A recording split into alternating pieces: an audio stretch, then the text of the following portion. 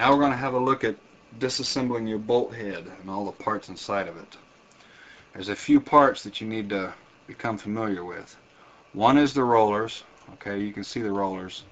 Those are the little ball shaped things right here. The next thing is your extractor, which is this piece right here. It's got the hook on it right there for your brass. That's your extractor. This little round cotter key looking thing is your extractor spring. That right there is your bolt roller retaining plate roll pin, and right inside of the bolt head right there you can kind of make out the bolt roller locking the bolt roller lever. Bolt roller retaining plate, as I was. First thing we're going to do is we're going to take your extractor off. If you notice that spring, it has a little round circle right there. Okay, all you're going to do is take like a stainless steel pick or something sharp and pointy, stick it inside of that spring's hole, and rotate it 180 degrees. Once it's rotated 180 degrees, it just pulls right out. Just pulls right out, just like that. That leaves you with your extractor. And your extractor just comes right out, just like that. Okay, here's your extractor. You'll notice it has the hook for your brass, and it has these grooves on the side of it. Okay, those grooves made up with these grooves right here. Okay, that hole right here is where your extractor spring goes. Okay, so now you have your extractor spring and your extractor out. Next thing we're going to concentrate on is the rollers. To take the rollers out, you have a roller retaining plate inside of it. That roller retaining plate is held into the bolt head by this roll pin right here. So all we have to do to pull all of this out is knock this roll pin down inside of the bolt head. Now, there's a little trick I like to use. Sometimes whenever you punch this in, it has a tendency to shoot out the back of the bolt head. So take you a little piece of Scotch tape, or whatever kind of tape you got handy, stick it over that hole in the back of the bolt head, and that will keep your pin from flying across the room. Okay, next thing we're going to do is we're going to knock that little pin right there down inside of the bolt head. A 1/16 inch pin punch works perfect for this, and all you have to do is just center it onto that roll pin and hammer that pin down inside of the bolt head. Okay, once that pin falls down inside of the bolt head, pull your punch out, tilt it backwards a little bit, peel your tape off, and the tape should hold your little roll pin. Not too hard, really. Pretty simple. And then your rollers and your roller retaining plate just falls out the side of the bolt head. Okay, there's your rollers and your roller retaining plate. One thing that's very important to all of this, on your rollers, you're going to notice that there's two sides to it. You're going to have a side that's flat and flush. Okay, too much zoom. This side's flat, and the other side has a recess in it. Okay, what that's for is this roller retaining plate. These two little tits right here, right inside of that recess, and they keep the rollers from backing out. You have two sides to your plate. You have dimples right here where a machine pressed the nipples out, and then on this side you have the nipples. The nipples just rest inside of that roller recess like that, and they keep that roller from coming out of the bolt head. I guess you can see the little tits on that plate.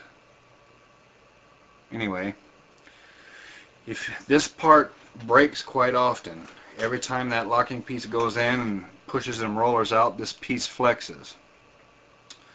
So if you have to replace that piece or these two rollers, let's say you had a low bolt gap and you wanted to restore some headspace to your rifle, and you wanted to install some oversized rollers, all you have to do is take this bolt head, have it facing up where the hole for that roll pin is facing up, take your rollers and you have the recesses pointing up, and you want to take the retaining plate where the little tit is facing down and riding in that recess, and you take one roller and your plate, make sure that the tit is inside of that recess, and you just install it into the side of your bolt head. It doesn't matter what side, either side will work. Once you get it in there, ease that roller in a little bit with your pin punch. Get it to where it goes inside of that bolt head, and you can install your second roller. Okay? Once you get it close enough, install your second roller and push the pair in as a set, and kind of center them up with your fingers right here. Okay? Once you get to this point, I'm going to show you a little trick. If you take your locking piece and insert it into the back of the bolt head and push, it centers those rollers up because it spreads the rollers. Not only does it spread the rollers, but it also centers the hole in that bolt roller retaining plate with the hole here in the bolt head, so when you drive the pin back in, that plate is centered up and you don't stand a chance of breaking the plate because the hole's off center. Plus, this locking piece keeps you from driving that pin too far inside of the bolt head. If you were to install that pin without the locking piece in and it drove down inside, the locking piece might not be able to go all the way forward whenever the bolt system's assembled. So whenever you drive a new pin in, make sure your locking piece is inserted and you'll be good to go. So next thing we're going to do is take your roll pin. You're going to notice that thing's very, very, very small. And it's kind of hard to get it started, you know, because it's so small. So what I like to do is I like to take this stainless steel pick right here and just insert it into the center of that roll pin and let the pick hold the roll pin. Okay? That'll allow you to center it on that hole right there and get it started. The pick is angled, so whenever you hammer on it, it'll start that roll pin. You don't want to put too much pressure on it. You just want to get that roll pin started, and this pick works great. So you just give it a couple of taps until that roll pin starts, okay? And then you rotate your pick out of that pin, and what you have left is you have the little pin sticking up, right? But it's started. So now, make sure you put pressure on the back side of that locking piece to spread them rollers, and you just finish set that pin with your hammer. Okay? It's okay if that pin doesn't go flush. It can stick up and it's not going to hurt anything. The most important part is that you have this locking piece inserted into the bolt head whenever you seat that. Otherwise you could drive that pin in way too far.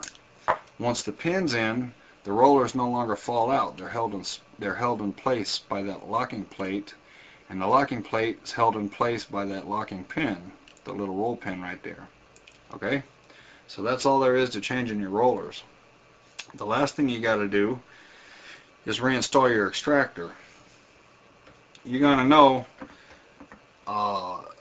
which way the extractor works, because there's really only one way to put it in the bolt head. The extractor has,